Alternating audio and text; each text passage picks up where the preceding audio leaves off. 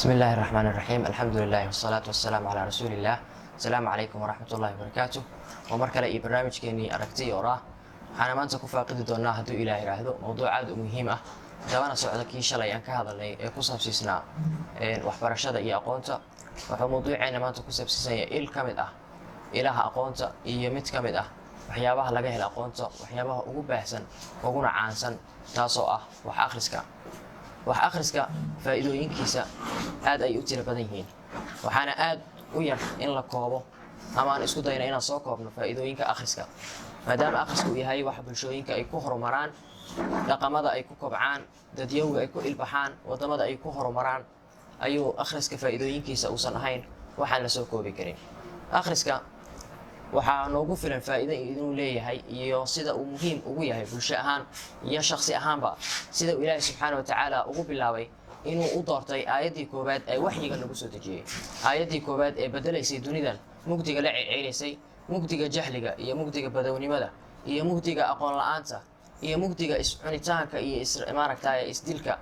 in cunfigaas iyo waxaasoo dhan wax lagu tirtiraayay risaaladii samada ka imaaday ee dhulka imaaday, waxyigii koowaad iyo hadalkii koowaad ee nuurka u ahaa dadka oo dhan, kaasoo la rabay in lagaga tirtiro, lagaga cirib tiro jahliga iyo mugdiga iyo badownimada dadkii oo dhan, in risaaladaas koowaad ay noqotay iqra' bismi rabbika alladii khalaq, akhri nabi maxamedow kuna akhri hadalka rabbi, magaca rabbiga ee abuuray dadka. in ilaahay subxaana wa tacaala uu u doortay kelmaddaas inay noqoto kelmadda koowaad ee soo degtay ciyaar ma aha, mana ahan wax la iskaga dooray ama sudfa ah. ilaahay subxaana wa tacaala xikmad cajiib ayuu ka leeyahay, si la mid ah xikmadaha ilaahay uu ka leeyahay qur-aankiisa uu soo dejiyey iyo aayad walbo booska ay taagan tahay iyo halka ay taallo iyo meeqaamka ay kusoo degtay iyo sababu nusuulkeeda sida ay xikmad looga leeyahay, ayuu ilaahay subxaana wa tacaala aayadda iqra' uu ugu doortay aayaddii koowaad inay noqoto. akhriska markii laga soo tago inuu yahay amar rabbaani ah, amar ilaahay subxaana wa tacaala addoommadiisa uu faray, waajibna ku ah addoommada inay wax akhriyaan, ay wax akhriyaan oo ay akhriyaan kownkan asraarta iyo siraha la yaabka leh ee dul saaran ay akhriyaan. kownka akhrin buu u baahan yahay, waxaa laga yaabaa akhris markii la dhaho inuu nagu soo dhaco buug oo keliya, laakiin waxaa xusid mudan waxaa la akhriyaa inaysan buugaag oo keliya aysan ahayn. kownkan akhris buu nooga baahan yahay. sanuriihim aayaatina fi laafaaqi wa fii anfusihim, ilaahay subxaana wa tacala wuxuu yidhi aayadaheenna waxaan ku tusaynaa oo aan maaragtay ugu muujinaynaa fi laafaaq, kownka adduunyadan wax dul saaran, kownkan wax kor saaran oo dhan waa calaamad muujinaya ilaahay subxaana wa tacaala jiritaankiisa, waa calaamad mudan ku tadabburitaan, macnaha in lagu tadabburo, lagu fakaro, la baarbaaro, la raadraadiyo. saa daraaddeed ayuu wuxuu leeyahay ilaahay subxaana wa tacaala ina fii khalqi asamaawaati waalardi waاkhtilaafi alleyli waannahaari la aayaatin liuli lalbaab, isdaba marka habeenka iyo maalinka iyo abuuritaanka samada iyo dhulka waxay aayaad iyo tusaalo iyo tilmaamo iyo calaamado iyo signs sign calaamado ay ugu yihiin dadka liulil albaab, kuwa caqliga u saaxiibka ah, kuwa garaadka u saaxiibka ah, kuwa wax maqlo, kuwa wax raadiyo, kuwa wax baaro. saa daraaddeed haddii aan garanay in wax la akhrinayo uusan kownka uusan ahayn buug oo keliya ee waxa la akhrinayo uu yahay kownkan ilaahay ee kala furan, waxay dhahaan alkitaabi almastuur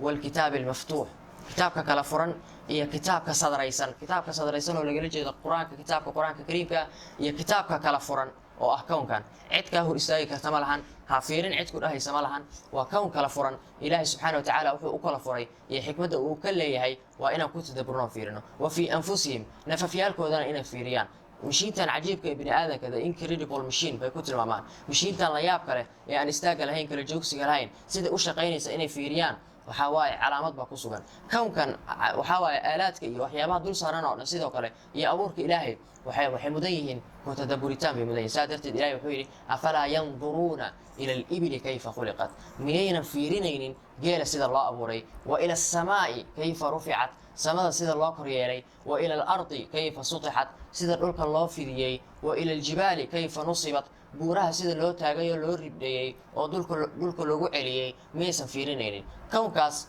waxaa waaye wuxuu naga mudan yahay fiirfiiritaan iyo ku tadabburis iyo raadraadin iyo raadcayn. saa daraaddeed waxaa la akhriyay inaysan ahayn kitaabka furan, macnaha buugaagta bas inaysan ahayn, ee sidoo kale kownkan akhris uu nooga baahan yahay. akhriska hore qofka aan ku guulaysaninna kan dambe kuma guulaysanayo, oo aan kownka qofka aan akhrin karin lagama yaabo kitaabka qur-aanka inuu fahmo. saa daraaddeed waxaan isku baraarujinaynaa maanta waxay tahay xalaqadeenna maanta inay ku saabsiisan tahay akhriska waa waxay wadamada ku horumaraan, waa waxa garaadka lagu koriyo, waa waxa lagu kobciyo ogaalka, wax lagu koriyo wacaalkaaga ku korinaysaa iyo waxaad taqaanid aqoontaada waa waxaad ku korinaysid maaragtay ogaalkaaga iyo waxaad ogtahay waa waxaad ku kobcinaysid maskaxdaada iyo aqoontaada iyo maaragtay qofku si u fakarayo waxay dhahaan meeqa buug baad akhrisay aan kuu sheega kuma tahay ii sheeg saaxiibka aan kuu sheega kuma tahay macnaha qofka wuxuu akhrinayo waxay ka turjumayaan qofku yahay qofka akhriskiisa uu yar yahay waxay ka muuqanaysaa hadalkiisa waxay ka muuqanaysaa dhaqankiisa waxay ka muuqanaysaa qoraalkiisa waxay ka muuqanaysaa sida xataa uu ula dhaqmayo baalashlaha ama xataa sida uu ula dhaqmayo qofka kabalyeeriga ee ka shaqaynaya maqaayadda way ka muuqanaysaa qofka wax akhriyo ama qofka aqoonta leh aqoonta maantay inay magac noqoto ama shaar noqoto ama wax ma aragtay la isugu faana ay noqoto ama qofka uu buun iyo buug isku soo dul sawiro oo yiraahdo waxbaan akhriyaa nusu saac kadib Instagram-ku soo saari doonaa sawirkaas uu wax akhrinayay intaas ma ahan akhriska ujeedka iyo xikmadda laga leeyahay sidaas ma ahan xikmadda waa mid intaas ka weyn waa mid ka muuqanaysa sida oo la dhaqmanayso qofka dadka ugu yar iyo qofka dadka ugu weyn waa mid ka maaragtay ka tarjumayso ka muuqanayso sida xataa aad ku sameynaysid marka aad gaariyaasha raacaysid socodkaaga hadalkaaga telefoonka saa u ajiibaysid sida aad u soconaysid sida aad dadka ula kalaamaysid sida aad dadka ula doodaysid sida aad dadka wax ugu sheegaysid sida aad dadka wax ugu qancin kartid sida aad naftaada wax ugu qancin kartid sida aad adiga wax isugu bedeli kartid sida aad qof u ahaan kartid sida aad qofnimadaada u muujin kartid wax walba talaabo walba oo nolosheena ah waxaa ka dhex muuqanayo akhriskeena maanta inta uu la egyahay iyo la okaanaysa ogaalkaaga iyo la ekoonaya wacaalkaaga iyo la ekeenaya garaadkaaga iyo maskaxdaada inaan ku dadaalno marka uun ku maaragtay ku tababarno caadana ka dhigano sidii aan u xoojin lahayn caadadaas aan u baran lahayn aan isugu boorin lahayn aan u soo celcelin lahayn aan isugu day lahayn inaan ka dhigano caado nololeed haddaba su-aashu waxay tahay sideen akhriska caado uga dhigtaa sideen wax nolosheeda la mid ah aan uga dhigaa anoon dhib ku dareemaynin aan u samayn karaa waxaan leenahay haddii aad rabtid in akhriska aad la saaxiib noqotid in akhriska aad ka heshid in akhriska hiwaaye uu ku noqdo oo maanta aadan joogi karin ilaa inaad buug akhrisid waxaa qasab ah marka hore inaad ku dadaashid samayntooda inaad kow caado ka dhigatid in 24 saac aysan ku soo marin ilaa adigoo wax akhriyay 24 saac oo noloshaada ka mid ah haddii ay ku soo marto waxna aadan akhrinaynin suuragal ma aha inaad yeelatid maaragtay caado wax akhris inaad yeelatid si aad caado wax akhris u yeelatid marka waxaa qasab ah marka koobaad inaad caadadaas aad ka dhigatid maalinle waxay dhahaan social barkay kuwa cilmu nafsiga darso waxay yiraahdaan psychologistiga waxay dhahaan qofkii 5 daqiiqo maalin walba caado sameeya nooc rabtaada akhris qoraal orod wuxuu ahaado 5 daqiiqo oo maalin walba ah haddii aad wax akhrisid oo sidaas aad ku wadid 40 maalmood 5 daqiiqo maalin walba wax akhrinaysid ama aad caado kale sameynaysid waxay ku noqonaysaa caado aysan suuragal ahayn inaad iska daysid tijaabiya adigana maanta 5 daqiiqo bas wax badan ma ha isku badin hadaad ka baqaysid inaadan samaynin 5 daqiiqo safxad ba ha ahaa 5 daqiiqo almost 4 safxad 3 safxad 4 safxad 5 safxad qofka akhriska fudud wuu ku akhrin karaa inaad marka caado ka dhigatid si maalinle ah inaad u samaysid laakiin hadaad maalinle sameynaysid maalinle ka cajisaysid waxay caado kuma noqonayso lamana qabsanaysid si caado ay kugu noqoto marka do it daily maalinle u samee maalin la u samee marna ha ka tanaasulin inay ku dhaafto qofku wax walba uu ka dhigto waxa laga yaabaa hadaad isku daydid inaad witr 3 xaba aad habeen walba tukatid adoon tukanin inaadan seexanin wax walba ku qabsado ha seexan masaajid ku tuko ama xaafada ku tuko 3 ragcadood oo witr ah anoon tukanin ma seexan hadduu qofka caado ka dhigto wuxuu arkayaa asagoon seexanin hudadii aysan ka soo dhacaynin ilaa uu ka tukado hadduu hilmaamo habeen waad hilmaamaysaa waxaa arkaysa adoon seexan karin qofku wuxuu caado ka dhigtay marka caadooyinka sameyntooda aad ay cajiib u yihiin buugaagta ka hadlan inaad akhrisaan way fiicnaan lahayd The Power of Habit iyo Eckhart Tolle buugiisa inaad akhrisaan in badan caadooyinka sida loo abuuro the 5 habits of highly effective people asagana buugga Dale Carnegie inaad akhrisaan waxaasoo dhan waxay sameynayaan caadada cajiibka ay leedahay iyo sida qofka ay maaragtay suuragal ugu tahay inuu wax la qabsado oo hiwaayo ka dhigto idmaan uu ku sameeyo mushkilad ka mid ah mushkiladaha maanta ugu waaweyn ee Soomaali ahaan iyo bulsho ahaan balad xaawaba aan la daala dhacayno oo aniga hadalka inay u baahan yihiin aad inay ka hadal ugu baahan inay mudan yihiin aan aaminsanahay waxa ka mid maanta waxa laga yaabaa in mowduucyo kale toobtaanka la soo saaro ama hore inoo yaalaan laakiin la hilmaamo mushkilad aad sirta ka dambaysa ama mashaakishan dhan inay imaadaan sirtaas waxa waaye wax akhris la'aanta waxa waaye mushkilad weyn waaye disaster waaye aan ku tilmaami karaa musiibo inay tahay oo kale because dadkan waxay akhrinaynin ogaalkoodana ma koraayo aqoontoodana ma kobcayso garaadkooda iyo maskaxdoodana sare uma qaadmayso inay horumaraan looga rajo qabo waxa kaliya marka dadka lagu bedeli karo waa wax akhriskaas in fardi iyo koox iyo guri iyo qoys iyo nooc walba aan waxa kaliya ku baratamayna ay noqoto wax akhriskaas waxa kaliya lagu dadaalayo kooxo loo samaysanayo inaysan noqonin sawirro maaragtay photo group la wada galo sawirrada maalmaha farxadda la soo dhigo ama maaragtay hal nooc inta loo labisto in loo soo saaro inaysan noqonin goobaha maskaxda lagu korinayo goobaha maanka lagu dhisaayo inay noqdaan wax lagu baratamo ay ka fiican yihiin wiilka uga fiican yihiin garoonka inuu saacado fadhiyo ama maqaayada shaaha uu fadhiyo ay uga fiican yihiin gabadha inay saaluunka fadhido maaragtay isku xiso ku mashquulsho jirkeeda ay hilmaamto maskaxdeeda waxaa maanta wax ka qabasho u baahan oo saaluun nooga baahan qurxin nooga baahan waxay tahay waxa waaye dhibcaha madmadow ee maskaxdeena ku jira sida uga tirtiri lahayn dibcaha jahliga iyo asgafgaran waaga iyo iskhilaafka iyo aqbalitaan la'aanta qofka naga soo horjooday iyo waxaasoo dhan waxa kaliya lagu baabi'in karo lagu burburin karo waxay tahay wax akhriska haddii taas aanan samaynin mashaakisheennana kama baxayno dhibaatooyinkan ay haystana kama gudbayno xalalna uma helayno qofka wax akhriya waa qof xal keenaya waa xalal buu keeni uu raadin xalkuwa ka qayb qaada dadka ahlul xalliga wal caqdiga ee wax la weydiiyey wax laga ogaada ayuu ka mid noqon laakiin haddaad rabtid nolosha haamish inaad ka tagtid qaybta dambe fariisatid waxba lagu weydiin adiga waxba akhri sidaada ahow marka waxay tahay waxaan baraarujinaynaa aad inaan qof walba risaalada inuu qaado uu tabliiq u noqdo oo messenger qof walba gaar ah uu noqdo ay tahay in sidii wax loo akhrin lahaa ku baraarujadka xaafadda kula jooga ku bilow naftaada oo caado uga dhigo ku layli tababar ku sii in maalinle ay u akhriso wax walba ay maalinle u akhriso haddaba waxaan dhihi karnaa marka wax la akhriyo evaluation fara badan in la qaadaa laga yaabaa laakiin aan la isweydiinin maxaan akhrinaa waa su-aal mixwari ah waa su-aal essential ah asaasi u ah waxaan akhrinayno iyo noocaan noqonayno waxaad akhrinaysa waxay ka turjumayaan qofkaad noqonayso saa darteed inaan iska fiirino waxaan akhrinayna naftirkeeda waa su-aal aad u muhiim ah oo loo baahan yahay inaan isweydiino buugaagta aad ay u kala duwan yihiin waxa waaye qof buug walba oo la qorana ma mudna in la akhriyo caqliyad walbana ma ahan dadka in la wadaago saa darteed waxay u baahan yihiin shaandhayn ayay u baahan yihiin inaad haddaadan aqoonin isku cusub tahay aad la tashid dadka khibradda u leh dadka yaqaano aadan wax walbo gacantaada kusoo dhaca akhrin si maskaxdaada aysan tashuush fara badan ugu furin laakiin waxaad akhrinaysaa ay noqdaan wax nuxur u leh wax faa'iido leh wax ma aragtaay noloshaada wax ka bedeli karo waxaad isleedahay faa'iido ayay ii leeyihiin aad isleedahay inaad akhrisid akhriskaas waxaa waaye waxay dhahaan wax walba oo aad akhrisay haddii aad doonayso inaad rumaysid maanta jooji inaad wax akhrisid iska jooji waxba kuma tarayso because maanta berri waxaad arkay halkayga adduunyada waa fidsantaha waad rumayn berridan waxaad arkay adduunyada waa kooban tahay haddana waad rumayn berridan waxaad arkay adduunyada waa la kala fujiyey haddana waad rumayn macnaha ma aragtiyadaasi dhammaantood inay wada khaldan yihiin laakiin waxaan ka hadlahay wax walba oo la akhriyo ma aha sidooda in loo rumeeyo qofka inuu yeesho waxa loo yaqaana critical mind maskax naqdi ah xisi naqdi xis awood naqdineed awood maaragtay ka hor imaanaysa waxaan diidi karto waxa qaldan maskaxdaada inaysan noqonin qashku wax walba la isaga shubo ay noqoto shaandho kala miirto waxa saxan iyo waxa qaldan ay noqoto waxaan ku yeelan karnaa malakadaas iyo awooddaas waxaan ku yeelan karnaa markaan wax akhrino علي عزت نكل هذا علي شريعتي مفكر كيراني كنت تطبق 25 إلى كنت تطبق 3 أيام وحوليه جري haddii aad rabtid inaad dictatoriyad iyo maaragtay cunfiga iyo dulmiga iyo gardarada iyo nidaamyada faasidiinta ee xukaamta madaxda khaldan inaad ka hortagtid haddaad rabtid waxaad samaysaa buu yidhi akhri oo haddana akhri macnaha waxyaabaha fawrajiga macnaha qofka maskaxdan naqdi inuu yeesho oo wax walba oo loo sheegay uusan rumaysanin dadka haddii kale waxaa laga dhiganaya waa la dameeraysanaya wax walba loo sheegi waa ina iska rumaysan qofku wuxuu malakadaas ku yeelan karaya awooddaas xiskaas naqdineed oo aragtida aqooneed wax walba kaga raaci karo waxay tahay inuu wax akhriyo akhri maanta ku dadaal inaad malakadaas yeelatid oo aad ku weynaatid markaad ma aragtay 15 sano jir 10 jir aad ku bilowdo wax akhrinta 40 jir markaad gaartid waxaad maraysaa bisaylka ugu wanaagsanaa ee aqooneed waxaad awood u leedahay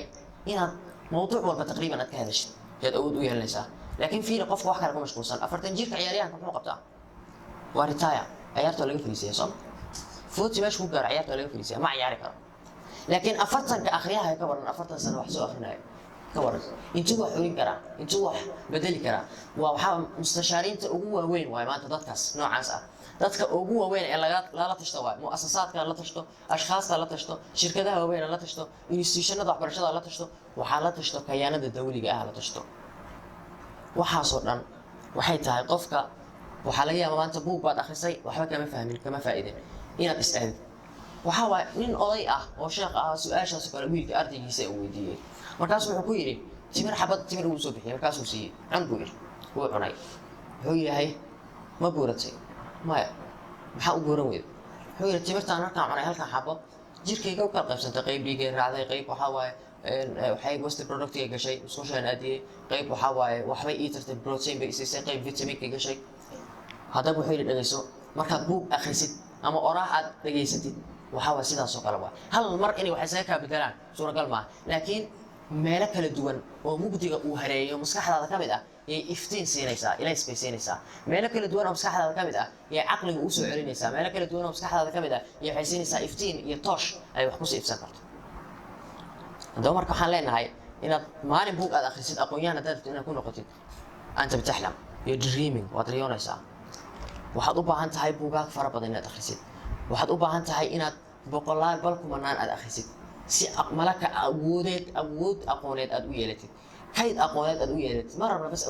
awood aqooneed waxaan rabnaa kayd aqooneed oo qofkan markuu meel hebel imaado mawduuc hebel ka hadal dhaho uu awood u leeyahay inuu ka hadlo asagoon u baahan inuu fiiriyo asagoo u baahan buugaag weyn inuu soo xambaarto maskaxdiisa ay ku jiraan aqoontii waxaan u baahannahay kaydkaas aqooneed si aan u yeelano inaan wax akhrino aan wax akhrino bal fiiri sirta ka dambaysa qof walba oo maanta wax noqday ama xataa ugu yaraan wax bartay ama xataa ugu yaraan wax soo saar sameeyey noocuu raba aado kasoo bilaabata shirkadaadka iyo dowladaha ugu waaweyn ku tagta ashqaasta ugu hooseyso sirta ka dambaysa guushooda markii la weydiiyo dhammaantood hal su-aalay ka midaysan yihiin iyo hal sir ah waa wax akhriska waxbaan akhrinaa su-aasha jawaabta keliya ee su-aasha sirta guushooda waa weydii cidda dartid waxaa waaye waxay ku leeyihiin waxbaan akhrinaa haddii aan kasoo bilowno madaxda shirkadaha ugu waaweyn caalamka maanta Microsoft iyo maaragtay Facebook iyo kuwa la midka ah Amazon iyo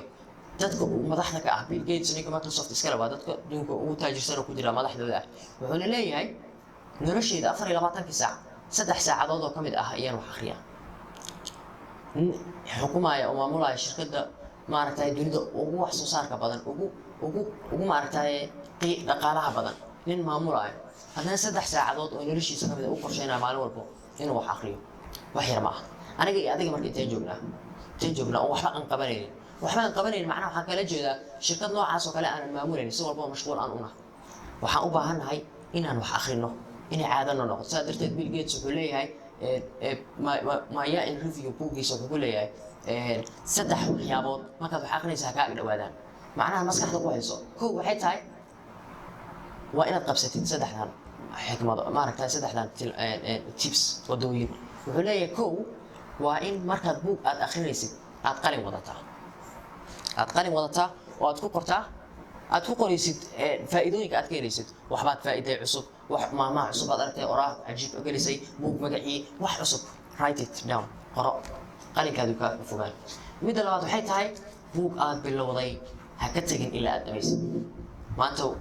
intaan fadhida haddii aan isweydiino imise buug baad bilowdo dhaxda kaga tagtay badanayaan aniga baan ugu horeeya waxaa waaye buug aantaad bilowdid ha ka tagin ilaa aad akhrisid waxay rabtaa kugu qaato buuggaan ilaa aad ka dhamaynaysid waxay rabtaa kugu qaato ilaa buuggaan aad ka dhamaynaysid adiga ha ka tagin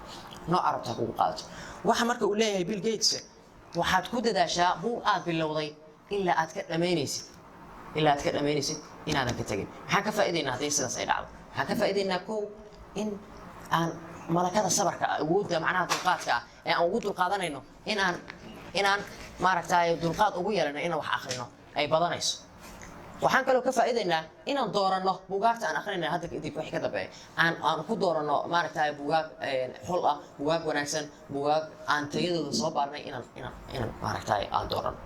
ayuu maaragtay muhiim ah saa darteed buug aad akhrisay buug maaragtay aad bilowday ilaa aad ka dhamaysid ha ka tagin midda saddexaad sirta cajiibka oo maaragtay 3 sirood ee Bill Gates akhriska uu ka sheegay waxay tahay haddii aad buug akhrisid ha ka tagin ilaa aad isweydiisid maxaa ka faa'iiday ha ka tagin buuggan ilaa aad isweydiisid maxaa ka faa'iiday taas waxay ugu keenaysaa in buug walba oo aan akhrina kadib aan isweydiino maxaad faa'iidayna isweydiino wax taas keenaysaa marka inay maskaxdeena kor u qaadmato oo buugaagta akhrina aan akhrino laakiin shaakafaneed 2 shaakafaneed baa akhriyay 2 buugoo shaaka aan akhriyay inaan scholar weyn isla noqdo taas macquul ma ya jamaa buugaagta aan u baahna akhrintooda waa buugaagta maskaxda dhisaya ma aha buugaagta waa duuli kartaa ay ku qoran yihiin ma aha buugaagta waa adkaysan kartaa ay ku qoran yihiin bas ah ma aha buugaagta ku dhahayo maaree waqtigaaga bas ah oo kaaga haray halkaas waa buugaagta aqoonta aad ka helaysid waa buugaagta aad qofnimadaada ka dhex helaysid maxaan ahay ujeedkaygu muxuu yahay maxaan u noolahay ya maxaa la ii abuuray waa buug walba oo adiga iyo khaaliqaaga isku kaaxiraya waa buug walba oo adiga iyo makhluuqaadka kale dadka kale kuna noole ilaahay uu abuuray qaabkaad ula dhaqmaysid wax ka bedelayo wanaajinaya waa buug walba oo qaab fikirkaaga nolosha wax ka bedelaya laakiin buug baan akhriyay sheekan ka faa'iiday marka ugu badato buugga sheekada maxaa ka faa'iidaysaa macnaheedu ma aha inaan leeyahay kasoo jeedo buugaagta sheekada in la akhriyo buugaagta sheekada waxay ka mid tahay waxyaabaha akhriska lagu barto waxay ka mid tahay waxyaabaha luuqadda suugaanteeda iyo lagu barto aad bay faa'iido badan u leeyihiin laakiin ha badsan ka badso buugaagta aqooneed buugaagta ka hadlaya fikirka buugaagta ka hadlaya taariikhda buugaagta ka hadlaya ogaalka iyo wacyiga buugaagta ka hadlaya fikirka iyo aqoonta buugaagta ka hadlaya falsafada iyo taariikhda buugaagta ka hadlaya aqoonta iyo culinta kuwaasaa u baahan maanta inaan badsano laakiin maxaa inooga yar wax laga yaaba midkeen inuu dhaho maxaan akhriyay 9 buug 9kaas buug dhammaantood ay wada yihiin caasho iyo carraweelo hebel iyo cabdow sheeko bas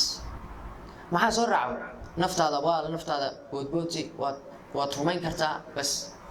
waad rumayn kartaa nolosha ma aha waad rumayn kartaa nolosha ma nolosha tips bay u baahantahay wadooyin bay u baahantahay xuluul bay u baahantahay nolosha mashaakil inta lagu soo hordhigo in lagaaga taga ma sidoo kale xalal qayaxan in lagu soo hordhigo ma nolosha waxay u baahantahay cidda maskaxdaada kuu furaysa ku dhahayso mushkilad walba ku soo hortaagtay intaadan YouTube la aadin adiga isku day inaad xalin kartid malakadaada iyo awooddaada aqooneed iyo maskaxdaada garaadkeeda kobcinaysa korinaysa isku dayaysa inay xalka iyada nafsadeeda ka keento midda kuwaas waa buugaagta aan u baahan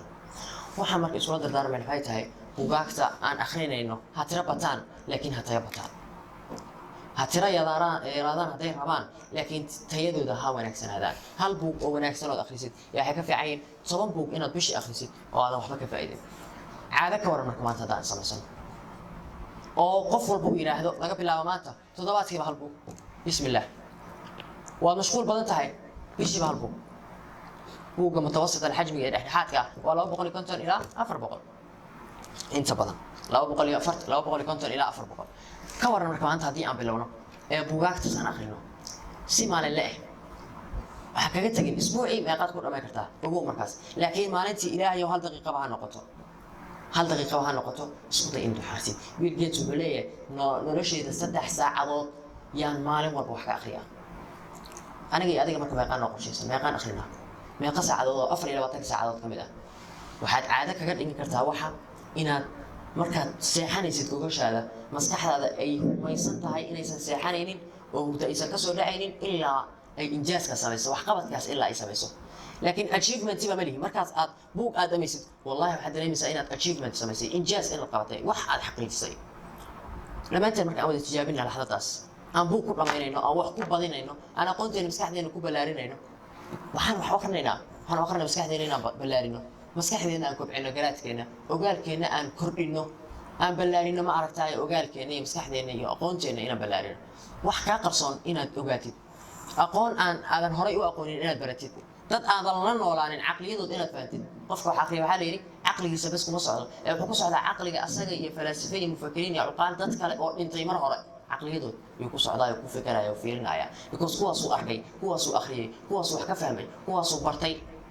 maxaa suuragala marka maxaa wax la fahmi karaa inuu caqligiisa uu noloshiisa nolol kale ku darsado hal nolol ma noolo hal nolol kuguma filna saaxiib 70 sano 20 sano 40 sano 50 sano 60 sano kuguma filno waxaad u baahan tahay nolol kale si aad nolol kale u heshid suuragal ma in cumrigaaga lagu kordhiyo laakiin cumrigaaga waxaad ku dhisan kartaa inaad wax badan akhrisid inaad cumrigaaga waxaad kaga weynaan kartaa inaad wax badan akhrisid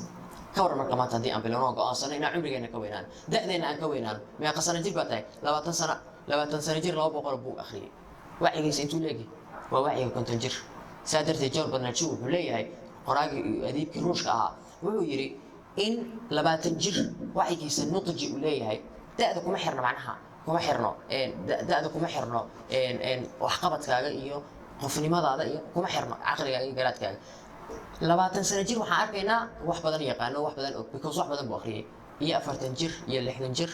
aanan waxba la joogin maxaa kala bedelay oo kala soocay waa wax akhriska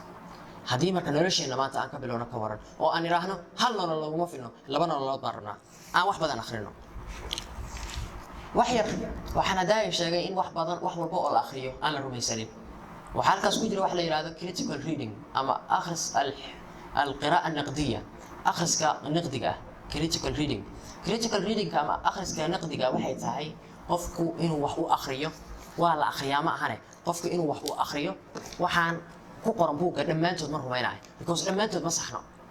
inaad khulaasayn kartid buugga waxa fikradiisa intaad fiirisid meel hebel ku qaday meel hebel ku qaday aad dhigi kartid qalinka aad qaadanaysid waxaad kula doodaysaa qoraaga وحبل يحبل باك خلدن ده وحبل يحبل وقرع سنة ده ساترت بوك ريفيو كمرك سمينا تيبس كوات صبرته وحكمت أهيد إنه قفك وحيابه وقرأ وقرع سنين وحصو سيدك وحيابه وقرع سنين أد وقلت يقرأ عجب قريه وحصو قال إنك مركب مهم ومهم مركب بوك أخريسيد أنا هايلاتر يسوق قادتيد أو تكون هايلات قريسيد ما أحد ربتيد أنا دب أقول لعبتيد أقول تقول عصب إيمارك تاي وحيابها أتسليده هاي هرأي ماذا نقول إن عصبونيستي هذا أي مهم يا أمة اقرأ وحن أباهنا ما أنت critical reading آخرين نقدي آخرين سوى وحول بقى ما رتها لوش يقول أنا وذا قبسن وحقا تجابي صفيري صو ما حقل كان محاسة عن إسراح أيان أباهنا ما في لما أنت إن وحول بقى نائم هذا أما بوق والبقى صباحه إن آخرين نقوم أباهنا وحي أباهين بوق والبقى صباحه ومنيها إلى آخره وبالتالي ما حاجة فائدة يهدي أنا آخرين محو buugga markaad qabatid waxa koowaad ee aad ka akhrisid maxay tahay dadaa isweydiin waxa koowaad buugga aad ka akhrinaysid waa inay noqdaan jabtaradiisa cutubiyadiisa meeqa cutub ku taal buugga cutub hebel marka cutubiyada aad akhrisid waxa ogaanaysaa nuxurkii buugga khulaasadiisana haddii buugga aqoon uu yahay waxaad ka ogaanaysaa cutub walba oo qoran fasalka koowaad tusaale cutubka koowaad waxaa ku qoran maaragtaaye samaynta autonomiga tusaale وان أخريني خلاصة بوك ماشي أقول دم بيسافر عطوكاس ماشي أقول دم بيسا وحاقصة كوبان أو الجوف كوبايا وحلوجوف كوبايا ماشاس فكرة دي أوران فكرة دي بوك أو إدري فكرة دي قراءة وكل شيء بوك أوران وحكون كوبان تاعي لما تكبوك خلاصة لا عوان كمان كوكسة ولا قراءة وحبوك نمات كيس كوكو حصايا وحبوك نمات كيس كوكو حصايا فكرة دي كوبان وعسكوت ده مركز إنك عوانات أخرس وعسكوت ده إنك خلاصوينك أخرسين آدم كود دارين وحول بقى قرن إن سيدو ده وخري وحول بقى قرن إن سيدو ده وخرس جماعة وقتك إنه كوبايا هاي وقتك قفك ونوري هاي آد بوكوبية سادرت إنه كجفا يستوح كم وضن ومال قشان لها أخذ ما جرت أو مال قشان لها نلاش هذا إن لقبسته عادة كوبون نقط وتكدري مثلا نلاش هذا وحقبت كاجي وحصصار كاجي مشروع عجا قناة بتكع كيسا يسبدل كاجي نلاش وحول بون نلاش هذا كوسب سيسمى يسبدلها قفك كبليري مركوية لا سيد حن أرادك ملاعب أقوان ملحن هابدور ما بيه دي هوته وح أخرس ملحن هدور ما كون بوها أخريه وأقونت إني أخرس كان إني وحسك كايا بدلها إن نرش إن لقاك واقعة لكن إن أي نجا نقطة صبر يوصل بوجا أنا أخرنا هاي إنستغرام ساعات كده بويا لا استاتسك ساعات كده بويا لا سو بون يبوك له ما حلقة يوصل كلفوني بوجا بس وادلج أي وحي أطهي أي عند الرؤين أنا جو هيسن مكتبتكم وضم ماله فرق بدن أيسن هيسن هذا أخذ كان إنه يريها أي ناس يدروا أطهي أنا مكتبتكم بلد حابس كو أكانه وقريه ناس مكتبة يالن أي ناس يدروا أطهي قفل بسادرتين حالك يكون جرت قفك سيدو عادة وحرسكو سميستا إن سميستين مكتبة شخصي سميستين مكتبة شخصي سميستين وبوقاك تنع والبيكا يالن أنا قلت تجابيت الله وحواي مركب بوقاك تنع والبيكا يالن شغف بكون قاضي بابلو مانيا لها بابلو يمانيا بابلو حواي جعل مانيا نبوقاك لها وحواي لغة جريك هوري بابلو مانيا بوق جعل مركب بوق جعل بعض نقوليسا وحو كواري نسانات أخسيب بضرب تابع تجابي مركا أديك مات بواك بدن سوق هذا ميس كاسارين أو كروبين أو كقرصان كوميدين كه آخر سرير هذا سعره كوسحة بركي ما كريجو مال والبهكاية لان وحد عيس مركز إن هذا سيحانين أديكون حد يحتاج لايف كل الدنيا إن التلفك أنت سوق هذا آخر يصير بعد آخر ساعة عاد سيحان كرين يكون قوانيس إدمان يكون قوانيس أدبشن يكون قوانيس هذا قبسانيس وحمرك آج كل هذا دار بينا بوقات تانيسن qofku waxa leeyahay al-insaanu ibnu bay'atihi qofku waa ina deegaankiisa waxa aagiisa lagaga dhaqmaayo yahay marka deegaanka kugu hareeraysan buugaha noqdaan waxaad noqonaysaa qof buuga akhriyo ku dadaal yeesan kaga noqon sawir yeesan kaga noqon qurxin yeesan kaga noqon dadku ha ka noqoto dhaqan ha ka noqoto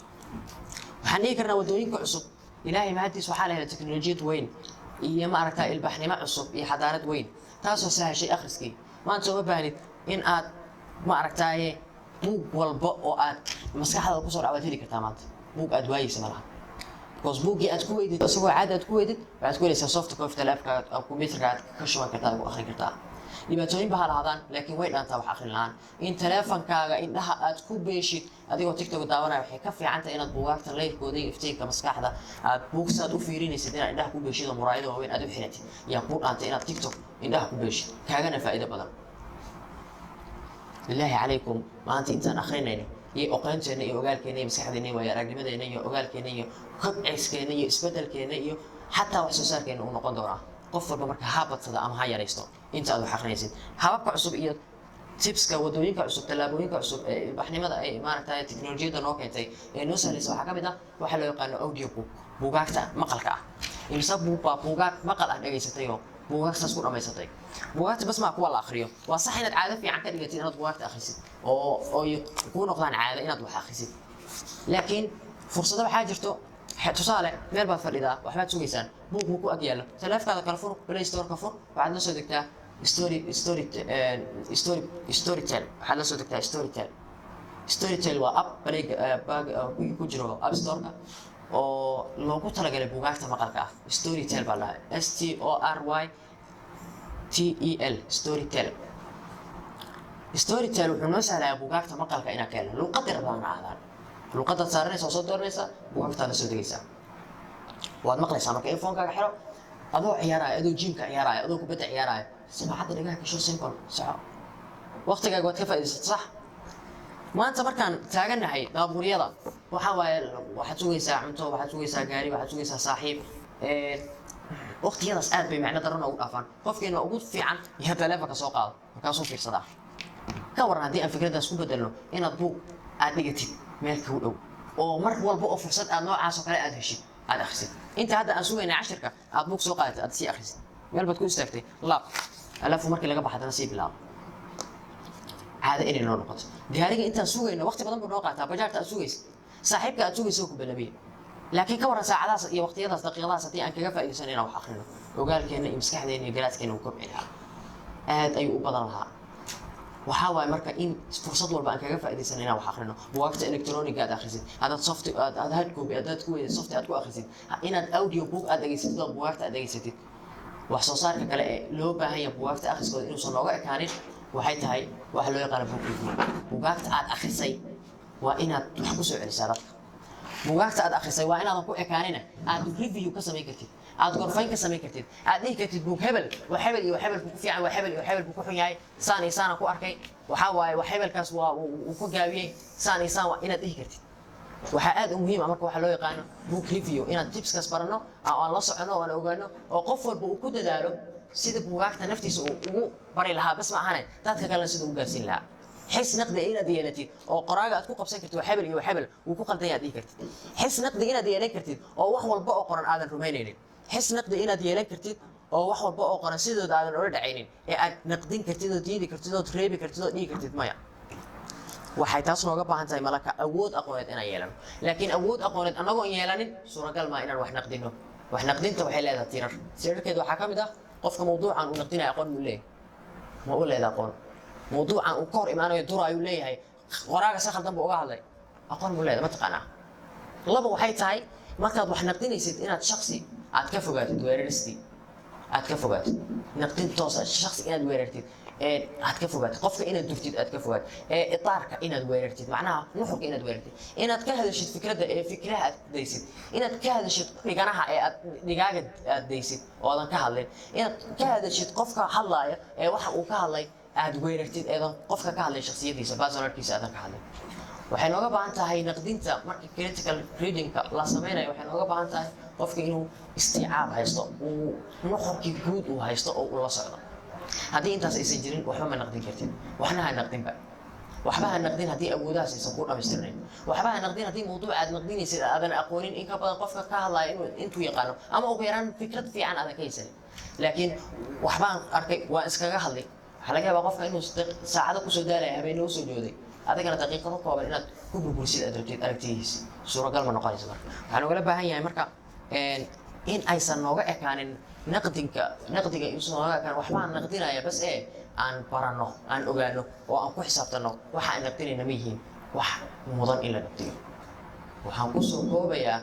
waxa waaye adduunyada maanta waxay ku kala tegayso waa wax akhris qofka caadiga ee mutawassit alcumriga ah ee Ameerikaanka ah waxaa la yidhi sanadkii wuxuu akhriyaa 22 buug 22 buug ayuu sanadkii akhriyaa macnaha sanadkii meeqa bilood waay waa 12 buug xitaa waa dhaafiyay 22 buug buu akhriyaa qofka caadiga ee Eeshiyaanka ah ama Singapooriga ah ama Maleeshiyaanka ah ama maaragtay Bangladeshka ah ama maaragtay Turkiga ah wuxuu mutawasit al-cumrigana wuxuu akhriyaa celcelis bishii 29 buug 29 buug aniga adiga ma aqaaqina marka 300 saacadood waa sanadkii qofku Amerikaanka wuxuu akhrinaa 300 saacadood ayuu wax akhrinaa waxaa laga yaabaa haddii la taqdiiriyo caalamka carabta statistics laga sameeyay yaa waxaa lagu sheegay in qofka caadiga carabka ah uu akhriyo wax ka yar 6 daqiiqo sanadkii oo dhan 6 daqiiqo halka Amerikaanka 300 saacadood uu akhrinaa macnaheedu waxay tahay 20 buug hal buug 20 qof oo carab ah hal buug isla akhriya 20 qof halka qof oo Amerikaanka uu 22 buug akhrinaa ma aha buubuurin iyo kabadbadiis iyo ma ka wado laakiin waxay tahay waxa waaye xikmatu taalatul mu'min xikmada waxa waaye baadida qofka mu'minka meel walba uu kale u raadin ee cid walba kala maqan inaan raadina marka aqoonta af walba ku qoran tahay luqad walba ku qoran tahay buugaag wacigeena korinayo buugaag maskaxdeena kobcinayo buugaag garaadkeena la jaan qaadayo buugaag maskaxdeena ka weyn qofka wax ka weyn inuu akhriyo muhiim waaye jamaa waxa laga yaabaa inaan ka baqayno buugaagta waaweyn a'uudu billaah buugaan 200 page waaye waxaan way badan yihiin inuu dhahayo ya jamaa buugtaas waa buugta u baahanahay buugtaas waa buugta u baahana qofka wuxuu yiri waxaan akhriyay Fathul Bari sharh sahih al-Bukhari wa meeqa mujallad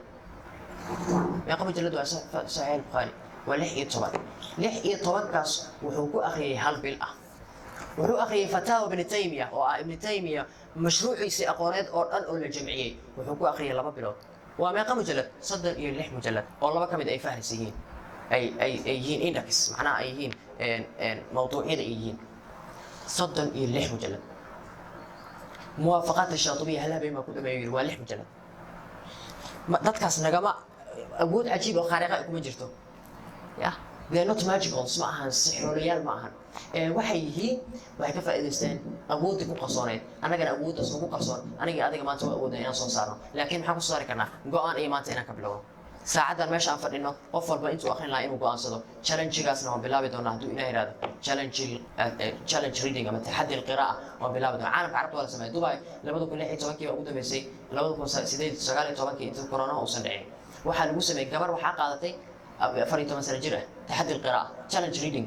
taxaddiga macnaha caraytanka akhriska maxay ku qaadatay special akhris 20 buug بشي لما طبق إلى آخر سؤاله اللي ودي تقريبا موضوع والبا وإحنا قوي ويكجب جوابته وحبيك شكله وحن جاري كرنا وح والبا وأن كنا إن تقريبا موضوع والبا أن كهذا وحيت هاي إنا وح بدنا آخر تاريخ ده آخر تذكر عبر كوديت إمارة تاريخ سوين كودي آخر القرآن الكريم كأي تفسير كسبر وفهم آخر كون كان فرن هدايا أنك شكينا وفي السماء بالكي وسنريهم آياتنا في الآفاق وفي أفلا ينظرون إلى الإبل وإلى السماء وإلى الأرض وإلى الجبال وحصل كون كان قفل رجعا وفي أنفسهم أفلا يبصرون نفط هذا الإنكريب أول مشين كان إن آخر سنة نفط كوباها تاني وحصل وحن كوجاري كنا أخري وصرت كذا بيسو إلهي سبحانه وتعالى ومضى جهل جئيه markii nabi maxamed alayhi salaatu wasalaam soo diray maka waxay ku jirtay jahliga ugu xumaa gabdhaha la duugayo wala kala dhaxlaayay dadka waxa waay dadka wala isdulmay mid walba midka ka awood badan ka tunka weynkay iyo ku dul istaagay maxaa looga baxay iqra fariinti iqra meel bay gaartay fariinti iqra waxay godkii mugdiga ahaa ka soo saartay nabi maxamed alayhi salaatu wasalaam oo ay gaarsiisay yaa ayuha rasuul balligh ma unzila ilayka min rabbik gaarsiin nabi maxamed wixii kugu talagalay gaarsiin dadka oo u sheeg kumaysan akaanin karigi caalamkii oo dhan bay gaartay oo ekeysay oo horeysay waxay ku faafisay aqoon waxyi ilbaxnimo garaad maskax aqli khibrad annaga iyo adigana maanta intaasana awoodaa waxa kaliya bulshada ku bedeli karo waxa kaliya sirta ah ee ummadaha lagu bedelo ummadaha ay ku horumaraan waa akhrin aan aniga adiga isoo bilowno inta kalena isbedeli doonaan hadduu ilaahay subxaanahu wa tacaala waxaan weydiisanayaa inuu waafajiyo khayrka iyo wanaagga. Assalaamu calaykum waraxmatullahi